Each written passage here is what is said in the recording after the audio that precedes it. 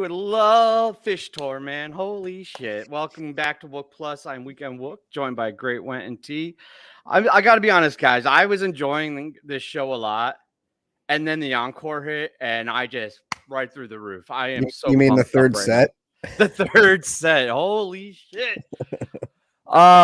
First big picture. Set opener or tour opener. What are your big picture thoughts? Kev, what do you think?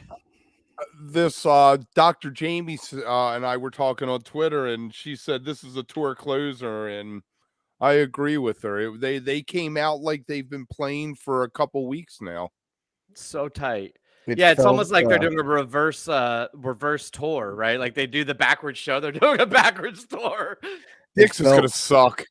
It felt like a Dick's show with that encore. Like it felt very Dick's, like just really fun. Like even from the get-go, when Trey was like, what was it, after the first song, how excited he was about summer tour, yay. And so the energy was just like massive tonight, like massive. And that's contagious too. When he comes out and banters like that and has that excitement, it permeates through the crowd, and you could see it on social media, on Twitter and everything. Everybody gets, that feeling, because we're all thinking the same thing. We're like, yeah, thank God Summer Tour's back, right? Let me ask you guys something. Do you think that they're aware of like how hot a lot of other bands are, and they're like, we need to walk out and step this up another notch, or you think they're insulated and don't even realize? I don't think they even care. The only thing that I was thinking maybe they might care about sometimes is how everyone bags on tour openers and like talk so much shit about Arkansas, and like Sacramento was kind of a mess, and like they're never these. It's always like, night 2, 3, or 4 where we start getting into the groove and start being like, okay. And like usually night 1 is kind of like, okay, it was a good start. But tonight was like right out of the gate. And I think that's part of it, is for being the tour opener with a little bit lower expectations for it. It was a lot to handle. Like it was amazing. When they planned that perfectly too, on a Tuesday in Alabama in a small venue, there were still tickets at the door. It's an 8,000 person venue.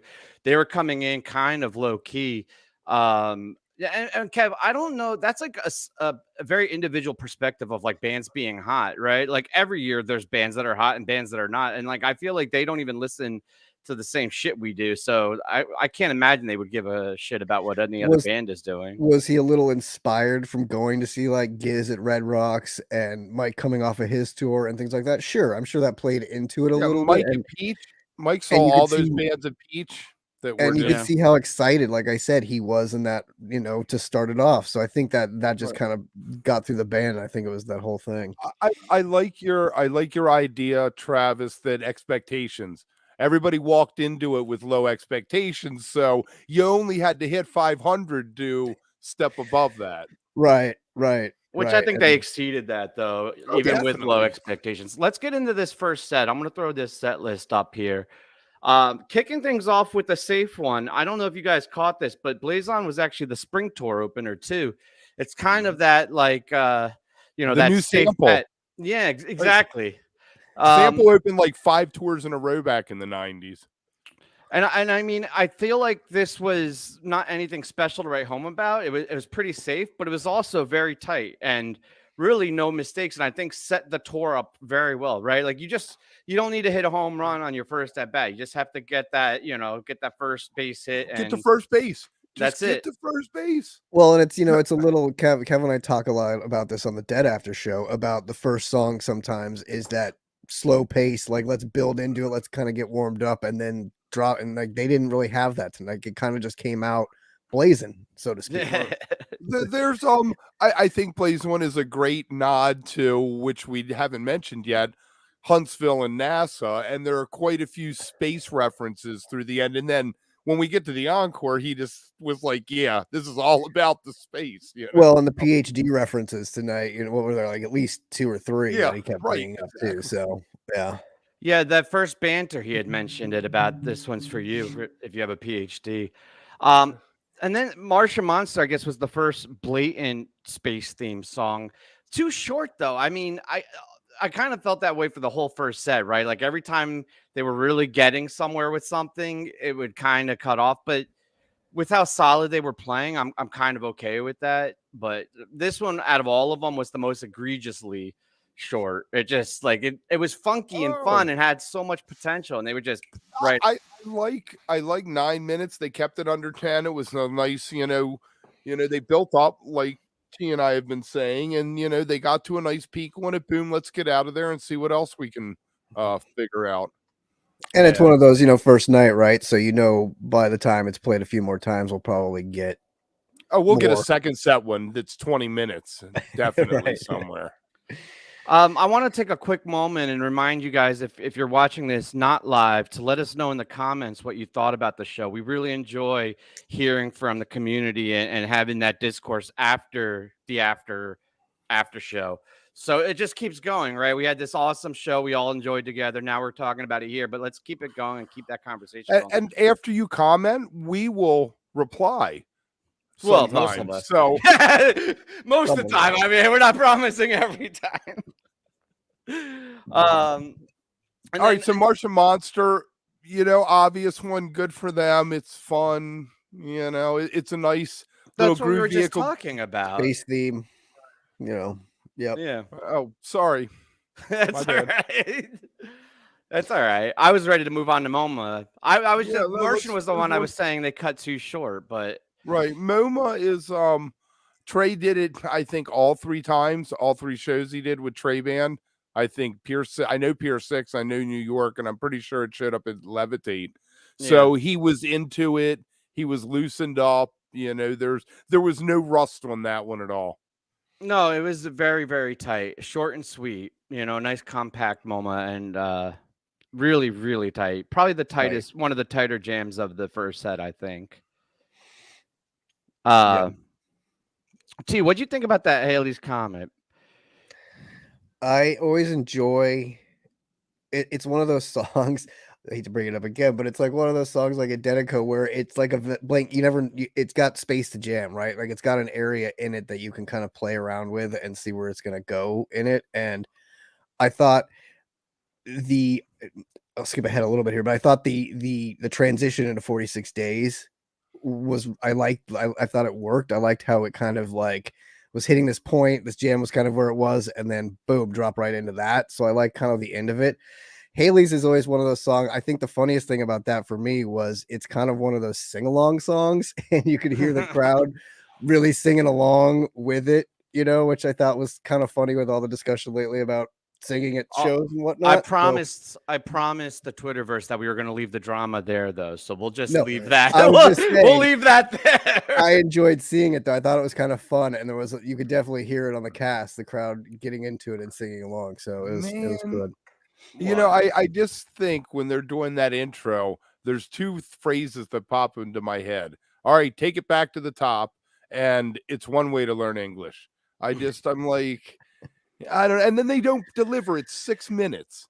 Give me 15 minutes worth of Halley's if I have to sit through Mike going bop. I like that. Who doesn't like that? I don't like that. I'm good with that. Such a curmudgeon. Oh, I don't like the fun song. Bops. I do know what you mean though. Like there's when was the last really good one? Hershey's, I guess, a couple of years ago. Yeah, 21. Yeah, and so talking about expectations, and again, this is just like perspective, and definitely not shitting on this show because I thought it was a phenomenal tour opener. But all first set, I was waiting. What was going to be the song that they first stretched out because everything was short and compact.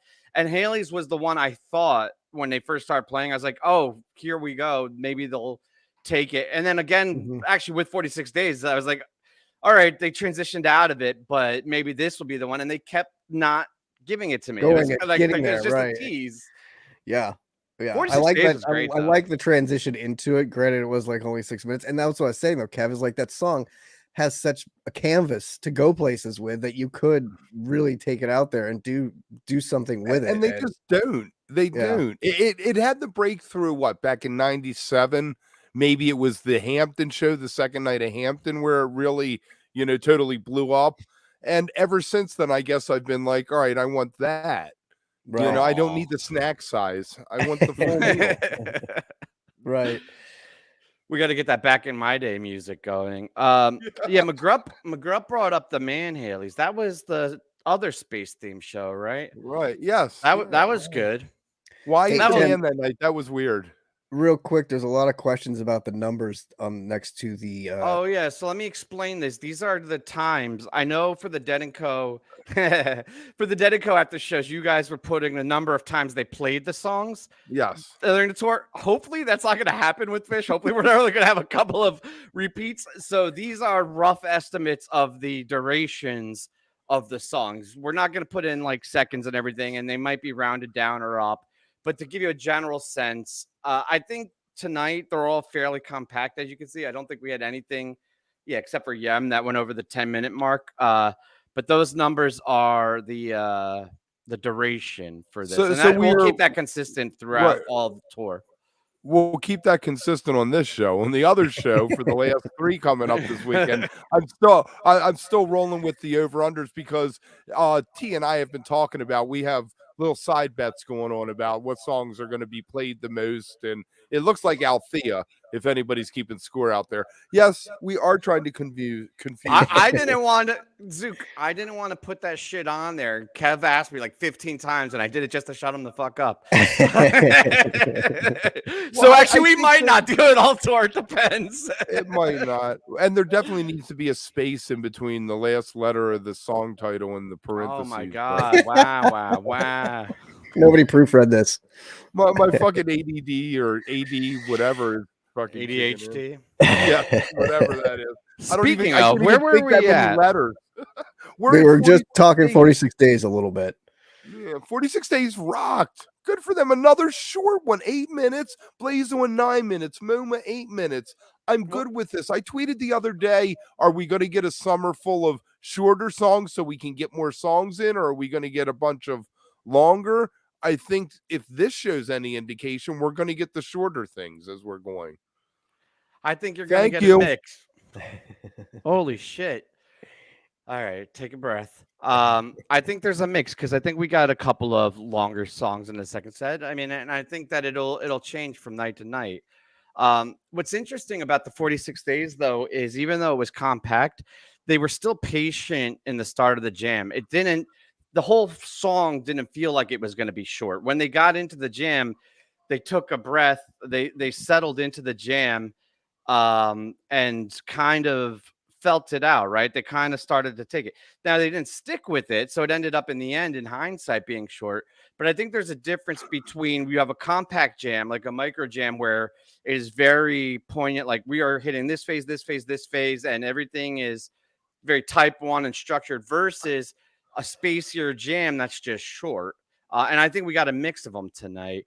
Yeah, Brian, I agree. I like to call that short but fierce. Short but fierce. All right. Back on the train. Speaking of solid type 1 jams, man, this one was ripping. I like this one a lot. I have not much else on that. What do you guys think about train songs are cool. You know that the only other thing in American popular music that's mentioned more than love in songs is trains. Really? Train dominated the beginning of the 20th century. I mean, it connected the country, you know. So there's a lot of songs about it. I mean, you remember, I'm sure. So. I do. I remember writing a few of them, actually. But it seems like this song's definitely gotten more playtime over the last couple tours.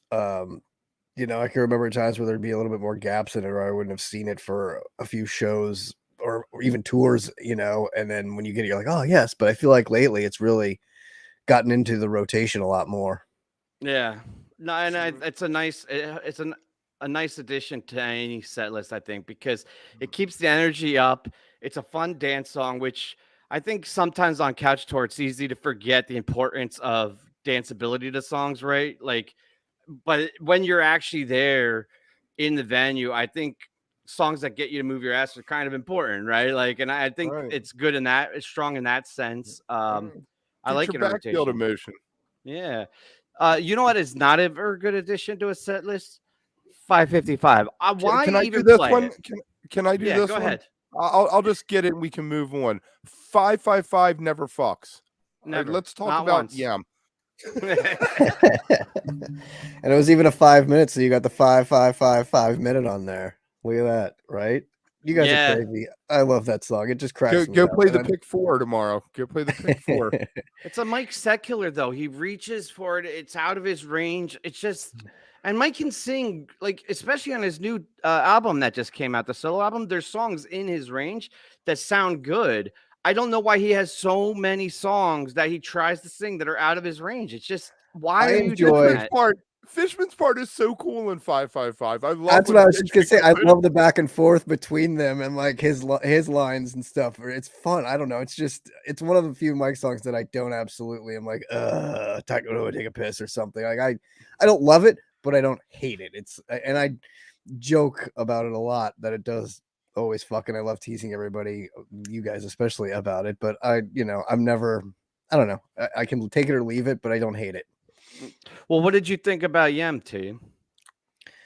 Oh, I see Llama backstage freaking out. Yem, like the drop is always so fun, right? And coming out of 555. Oh, wait, here we go. What, yes, what Llama? Serviceable. It's serviceable. Missed opportunity. Oh man. Thank you. Serviceable. Yeah, I guess you could say that for a Mike song. It's definitely a serviceable Mike song for sure. Yem was definitely above serviceable. It was fun. That vocal jam sounded like they were already in mid-tour form. Can't ever go, God, I hate the joke of vocal jam so much, but at least it was nice and compact and short. I thought the jam was, 18 minutes, didn't quite hit 20, but it was fun. It had it so beautiful. And again, dropping it there, it's like first set's always fun to get it in, right? And then right after the Mike song, you're anticipating something good, right? You're like, okay, they just gave us, as Tim likes to call him, the set killer. But what's the rebound? Well, it doesn't get much. Did you guys think that it was going to end? That Yem was the set closer, or did you think another song was coming?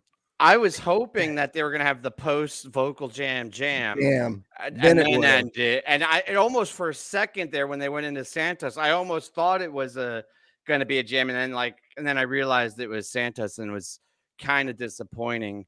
Another space. They bookended. They did a little space more for you. They absolutely did, and I didn't mean to cut you off, but I wanted to say one thing. One thought I had about You Enjoy Myself is sometimes lately in like late 3.0, 4.0, whatever, some of these staple songs feel like it's a newer band playing an old song, right? Where it's like it's hard to explain, but it almost feels like it's not their song anymore. And tonight felt so comfortable and locked in that it felt to me like they really were owning it, and it was just as much their song now as it ever had been and ever will be. And I know that's a weird thing to convey, but it just felt really natural and comfortable and locked in. When I joke the all new Phish review, Tim, that's exactly what I'm talking about. It sounds like I've never heard you make that joke. But you've never saw it. I tweeted that several times that it's. I want to throw back to what Llama just brought up though, the Yem with the lights from Don't Worry Be Slappy.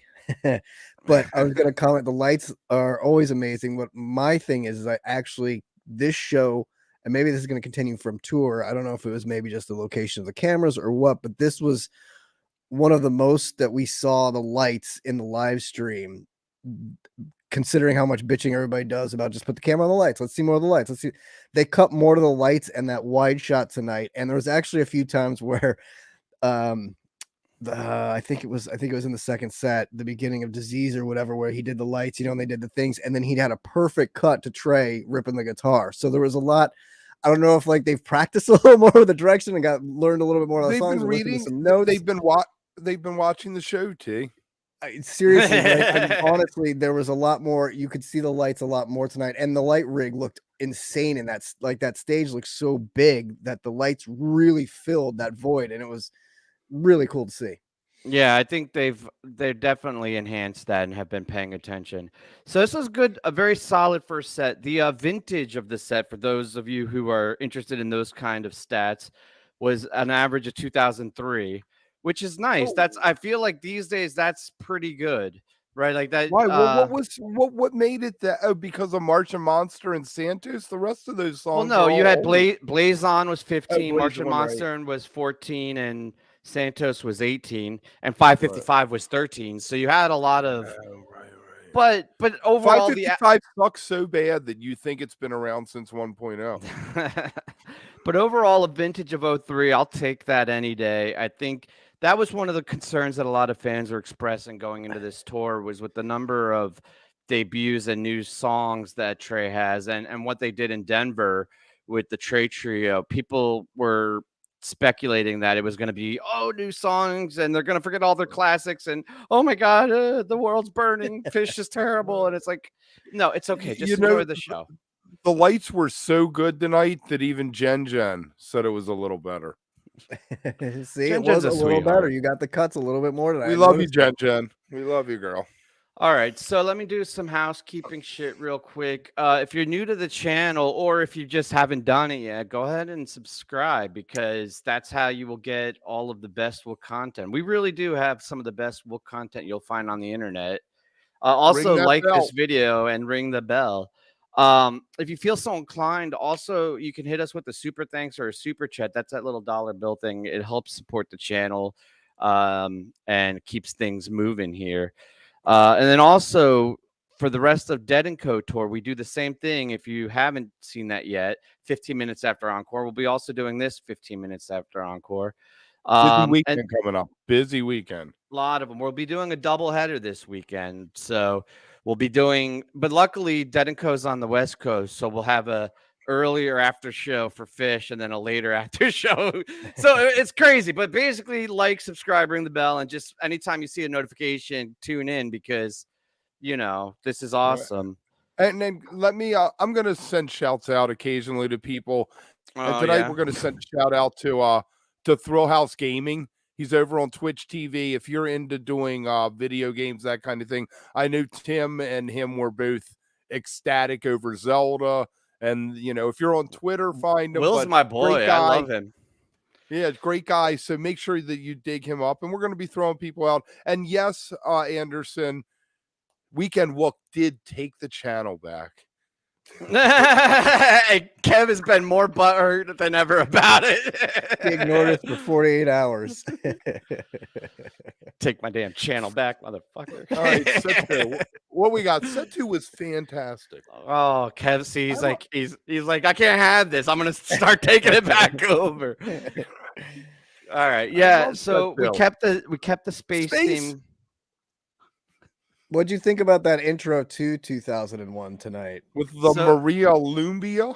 Yeah. Yep. Getting it to use, it's like we always talk about with the bullhorn too. Or First night, the horn, like, it's gotta be there every night, whether it gets used or not. And at least, it got some use tonight. I like that. First night, he's like, my tour's made. It's worth it. It was kind of fun though, right? Like in that one spot coming out of the break, you're kind of like, and it's kind of that, Kevin and I talk about it, like the best part about like the anticipation of the old Dead shows was the tinkering before the set, and you're like, what's it gonna be? What's it gonna be? So this kind of reminded me of that, and it was kind of fun. And then you kind of got the sense, you're like, oh, it sounds a little like 2001, and then sure enough it was. Yeah, so the slow build into it really hyped things up, and I think it was a really cool way to start things off. Everybody was fucking ecstatic about it. You know what the only thing older than music is? You tuning up. I think you said that the other night. Yeah, I did. It's a Bob Weir line. Bob Weir said that back in the 70s or so. Unfortunately, it's not true, nor is it funny, but good for you guys. You know what? Yes, why don't you try it a third time? We'll see if it lands. This is true. Kevin's wee guy is a chick, and she is very cool. She is a real one, Lloyd. She is. All right, let's stay focused, Kev. You're a little woo. All right, that's what people are paying for. That's what they signed up. He's gonna be so mad. He's gonna be so mad. That's our producer in the booth. People don't pay us.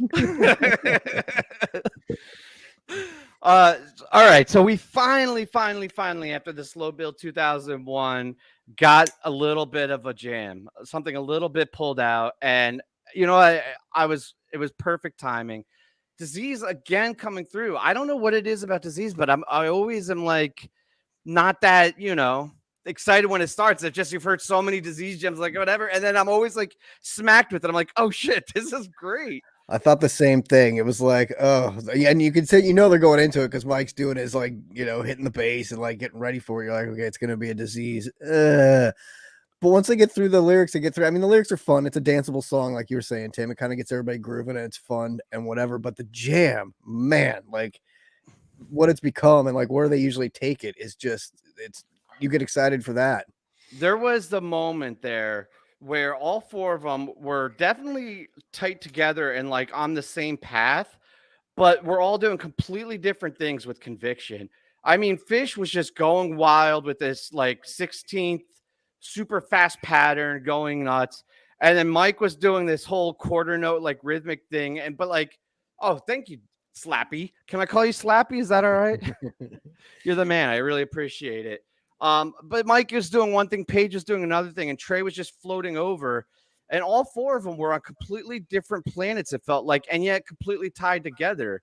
And it's almost like they weren't listening too hard to each other, but were aware of each other, right? Like they weren't even like, that weird tension you get in a jam sometimes where it's like, oh, what is he doing? What is he doing? They're like, I'm just playing this, almost just soloing, but all fully aware of each other. It was phenomenal. Some of the best jamming I've heard in a very long time.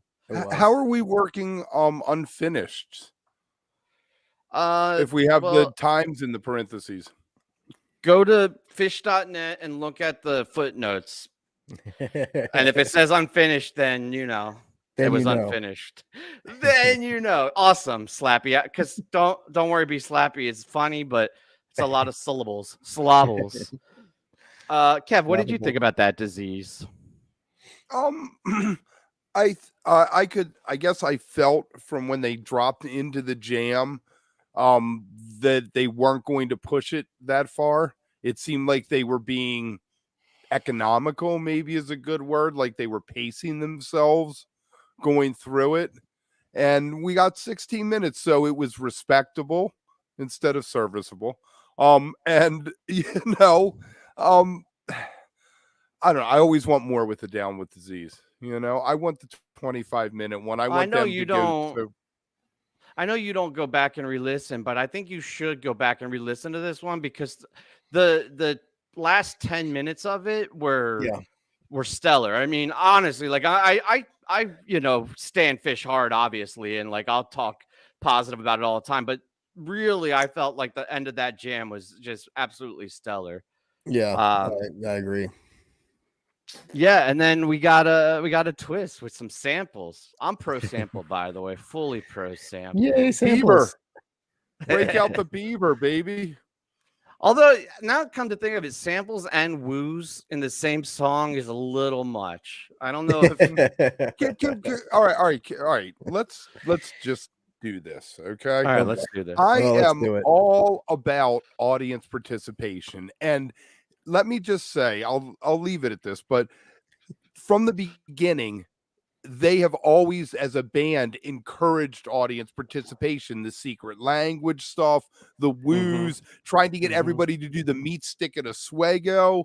I mean, they really lean into it, and it's disingenuous to say people shouldn't do that and participate. You realize if we're going to go there, no, if we're going to go there, we're going to go there. You realize it's not about audience participation. His point, not my point. His point was the performative nature of it and having yourself filmed. It's like the influencer thing. It's like when you see the girl at like the freaking baseball game, like laying over the weird flowers and shit, trying to get the Instagram shot. It's not that somebody was singing and having a good time. His point, and I'm not defending it, was the performative nature of it. I personally don't give a fuck. Even if you want to be a performer, go and do it. Like, I don't care. No, I was saying in general because people have been complaining about woos forever. There's people, there's a time and place for them, though. I think I don't think you need to woo all the time, and in certain stop downs, I don't think you need to fill it with a woo. But in songs like Twist, where it's built into it and it asks for the audience participation, and I know Tim hates the clapping, but like Stash, like there's songs where whoa. I don't hate clapping in general. I hate the offbeat clapping. I know. Where people just start going on 1 and 3, and they're like, if it is a precise orchestrated clap, or right. Don't get me on that rant. People are going to start hating me. I want to be a positive guy here. Woo! What was Llama gonna say? Come in, Llama. Llama, you can come. Yeah, come back, lay Llama. some truth on us. Save us. I was going to try to segue. He was almost there, and then he derailed. I always do. But I was going to say, another thing that people complain about is the tempo of Maze. What did you think of the tempo of this Maze? Can I take this one? Sure, you're the drummer. Take it from the I have a MacBook.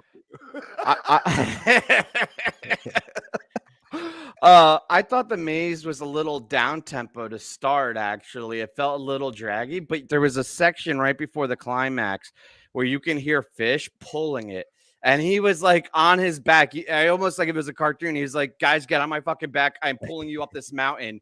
And he just chugga, pulled that beat up, and then finally, right before the climax, it actually got a little bit up tempo. And normally you wouldn't like that because it's like rushing, but he did it so seamlessly, and it needed it because otherwise it would have just been too slow. I kind of appreciated it. Like, he's a master at that. If I tried to do that, people would be like, "Oh, you rushed the hell out of it." I felt like Page saved it. I felt like Page saved that when he whipped the organ out. It really took the song to a whole nother level. I mean, one of those. I feel like, to me, Tim, as you mentioned, Disease, go back and listen to. I like this Maze. I would go back and listen to again as well. Like, I thought there were some fire moments in it, and it's one of those. Like, I love Maze.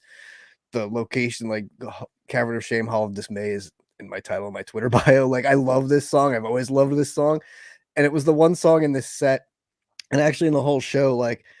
As you guys, like, I had a shitty day. I got injected with a bunch of poison today to like get a CT scan done. So I feel like ass. This was the one song that made me feel really good in like laying on my couch. I was like, ooh, I've got a little bit of energy. Like this, it kind of woke me up and made me feel like, this is like the Phish I love. And it's that song that I love. So to me, it's just everyone's got their opinions and reasons and whatever, as we always talk about. This was like my highlight song of the show to me, really. Yeah, I agree that it definitely got there.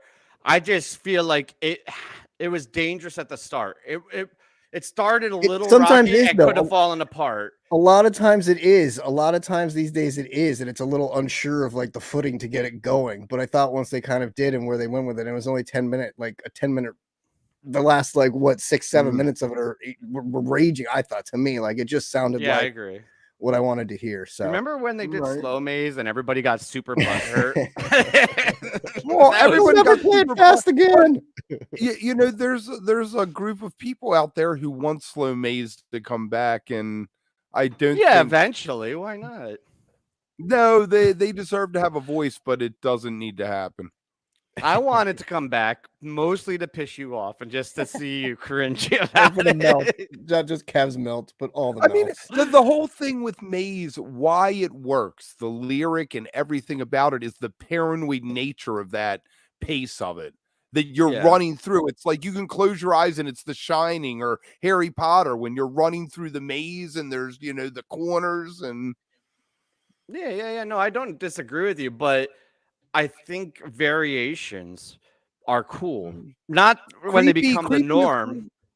Right, but if you do it 1 out of 20 or 30 or 40 times and it's a neat variation experience, I like that they're still having fun with their IP and their old music and shit. I found a neat variation the other night at Dead & Company with that Watchtower. That was varying all over the place for me. Dave Matthews was the Dave so one? Yeah, Dave Matthews was so creepy. I was like, where did this guy come from? Are you kidding? But it was Dave infusing his Watchtower into Dead & Co. So, it had that mixture there. So maybe they need Dave to come and infuse a little Dave in the maze. Is that what you're saying? Oh, man. Yeah, so you need to if you're going to do a slow maze, do it real slow and real creepy, I'm glad that we don't always have to agree, right? That's what this is about. We have different opinions. If we all agree, it suck. Kev is wrong, but that's fine. It's all right. All right, Kev, what did you think about Lonely Trip? What are your thoughts on that? It's the lyric, man. I regret asking you already. Right. I tell you what, I love the music because it totally reminds me of a Clarence Clemens song called Slip Away. And it just, I hear that and I get that old soul groove and I'm like, I'm digging that. And then the lyrics are about, it's like, I you know what I picture in my head is Wall Street. Loved You on Wall Street from part 2 from Hot Shots. That's what I think with the two ships dancing.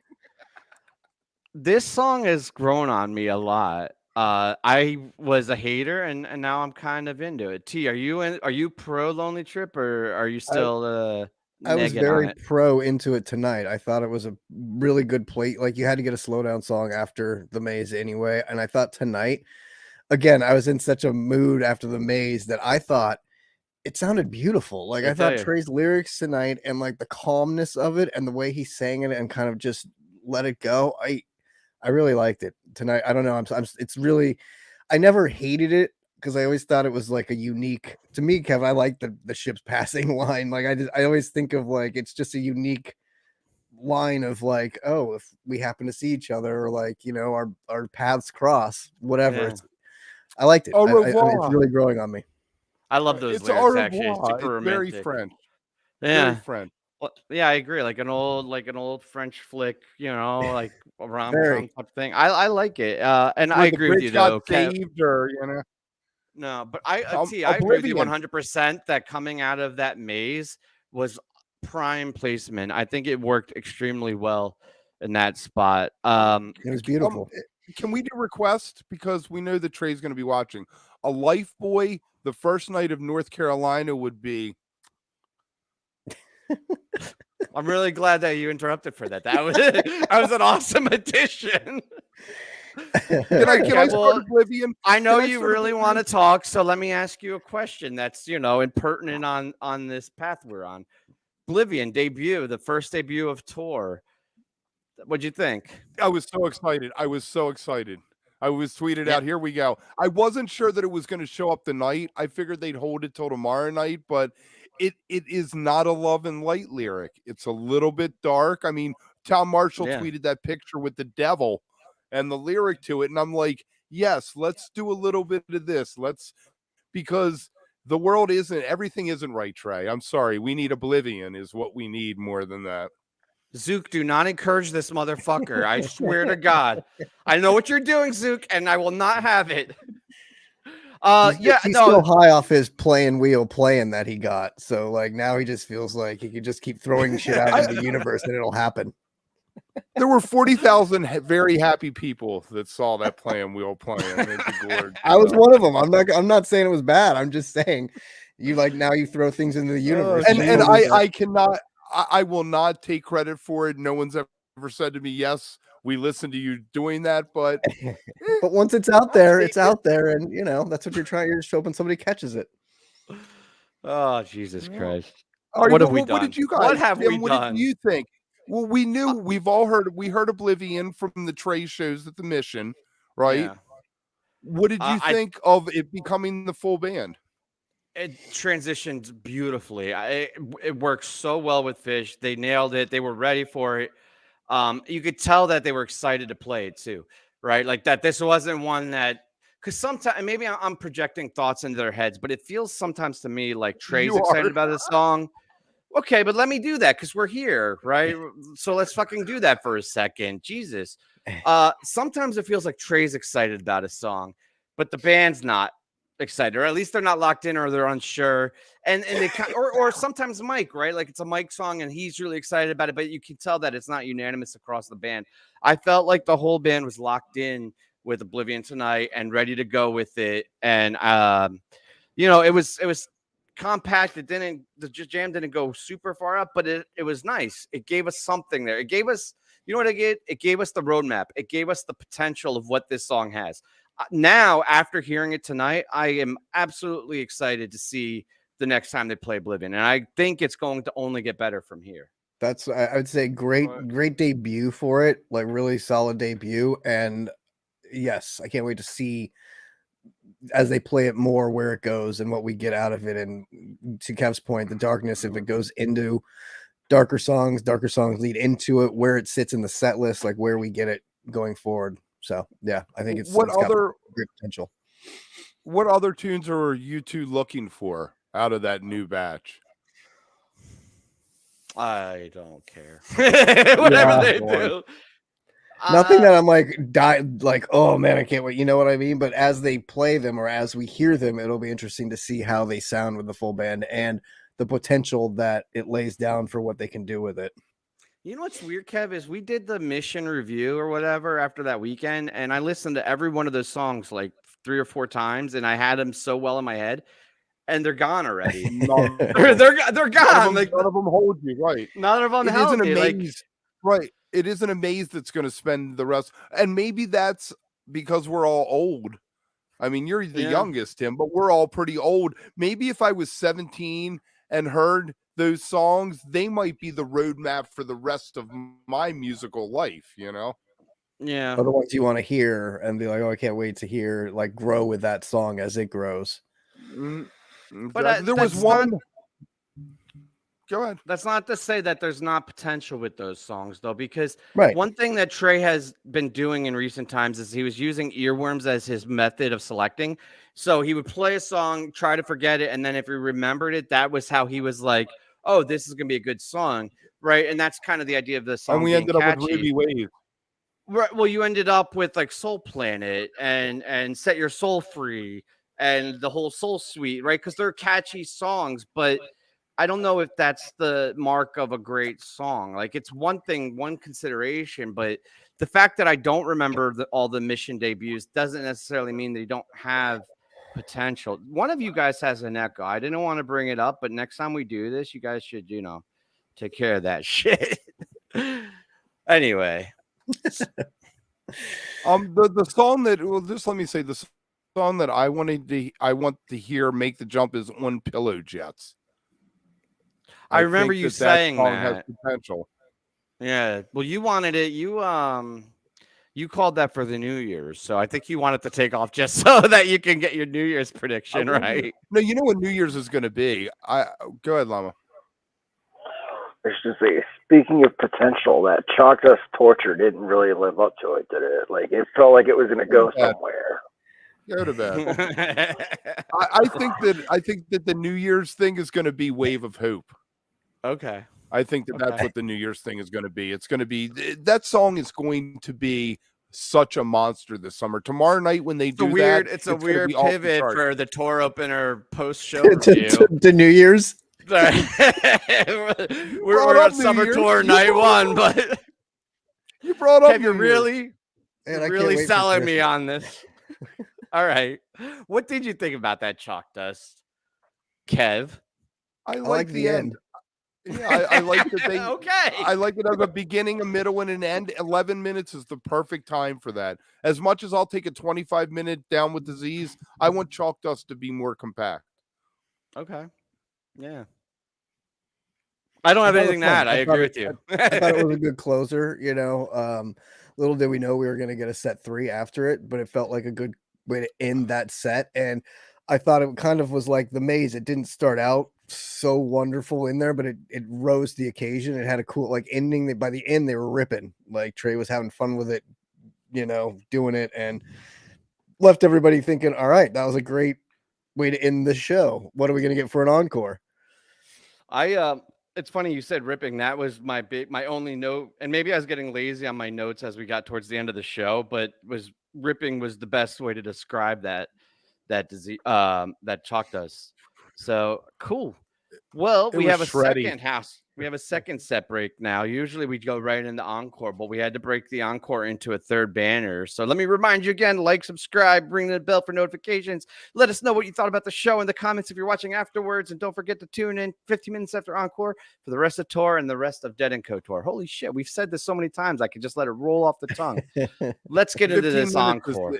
15 minutes is the important number there. 15 minutes after encore. That's all you have to remember. That's the number you need. So you knew when they were going into this encore, you could tell when curfew was. And even though it was a fiery, fun show, it was a shorter show. So there was, I think, an expectation that they were going to give a little bit more. I don't think any of us thought they'd give us this much more. Right. Do you guys think that it was planned, or do you think that when they walked off stage, somebody was like, dude, you got 23 minutes left? I think we're so used to Dead and Co. being on such tight schedules and like being on But they nailed this. Character Zero ended like 30 right at the seconds time, before. which to me but again, my point was it was a weird thing on a Tuesday night that it started at 8 and had a midnight curfew. We're so used to like 6:30 show times or 7 on the dot and being over by 10 or 10:30, you know. And so this was really, you're like, oh my Alabama, god, baby. And you put it in the thread, hey, they got 25 minutes. This could be a longer encore. And I was like, ooh, that's interesting. What, you know, we'll at least get 2 songs probably, and maybe one of them will jam out a little bit, and then they'll walk off stage 10 minutes early and call it a night for the first night. But no, they ran it right to time.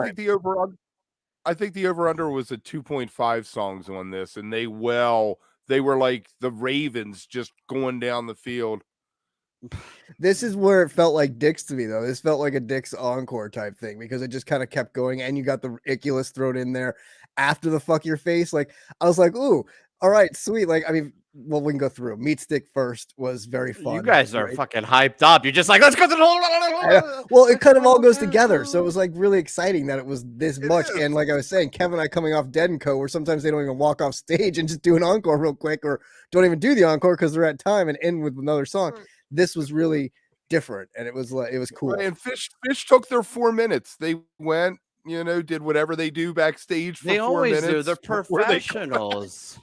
They're fucking professionals. They're not this, oh, we're not doing an encore tonight. There's not this, oh, we're just going to go out and take our guitar off. No, Kev, listen, I don't think they planned on how long the encore was going to be before the show started. Dude, I think they found out. Okay. No, stop. You guys talked incessantly for like 10 minutes. Let me have a moment here. They went off stage. They looked, they said, this is how much time we have. What can we do to fill that time? And they're professionals, right? I think one of the smart moves they did is they threw Icculus in, because that is a good vamping song. Because they could have stretched Icculus out. I've seen them do Icculus where they're like, read the fucking book, and they go all out for a very long time. This one was 4 minutes. All right, Llama, bring the guys back on. This is awkward now. Jesus. Is that Kev? All right. See, I'm talking to you for the rest of the show. It wasn't Kev either, it was me. Oh, fuck you guys. No, but seriously, I think that they are professionals and that they saw how much time they had, and they did an audible, and this was what they came up with, and they felt something special about it, right? I got issues with that. What is your issue? When was the last Makisupa, though? I feel like I haven't heard that in a while. So it felt really good to hear it. Like, I was very excited to hear that. And I was like, oh, obviously they can't end on this, but this is what a great song to bust out, so to speak, or to have. And then going from that into Fuck Your Face, you're like, holy moly, what's happening? That was a move. It was the unexpected. That was a great move. It was. I tell you what, Makisupa had the original lyrics, and Icculus had the complete lyrics, which they've never done in many, many years. So obviously, Trey revisited them before this night. Yeah, no, he put them in their tool chest. Like, I'm not saying that it was completely out of the blue. They didn't just pick it out of thin air. What I'm saying is they didn't go in with like Matt's printed set list. They had some tools, and they're like, oh, we have about 20 minutes. Well, these are some of the things we could pull in. What about this, right? And they have a quick little discussion. Did you see Trey calling songs tonight? Once, I think, but not really. So maybe they are writing set lists this tour. It'll be something to pay attention to and see if, you know, how it's progressed or how that works. I think they write soft set lists. I think there's a gray area. Like the reason this argument keeps persisting is because there's not a clean black and white answer. It's not, yes, they write set lists, and it's not they completely improvise the set list. I think they have soft set lists and they're willing to go off of it. You know? Fair enough. I love I mean, right. What can you say about the songs themselves? They were short versions. It was a rock star home run encore for the first night. But I mean, Makisupa was Makisupa. Fuck Your Face is 3 minutes. It's wham bam, thank you, ma'am. You know. But it's fun as hell, and it's one of those songs that when you get it, you're like, oh. And opening night, it's kind of like the Makisupa, Fuck Your Face, and Icculus opening night. Like, it could have just been Meatstick Character Zero, and that's where you would have been like, okay, that's a typical double encore, good.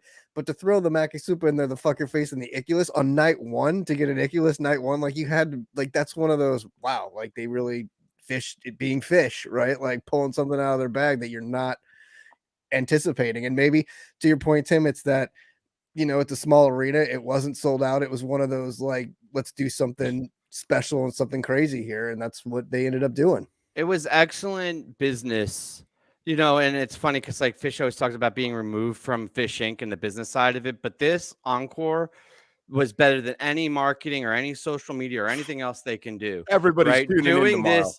Well, look at this, man. Like I don't want to not give ourselves credit, but we had 80 people on this show, the whole thing, and that's a little bit higher, right? And I think the reason is because people are hyped. They want to talk about it. They're excited to see tomorrow's night.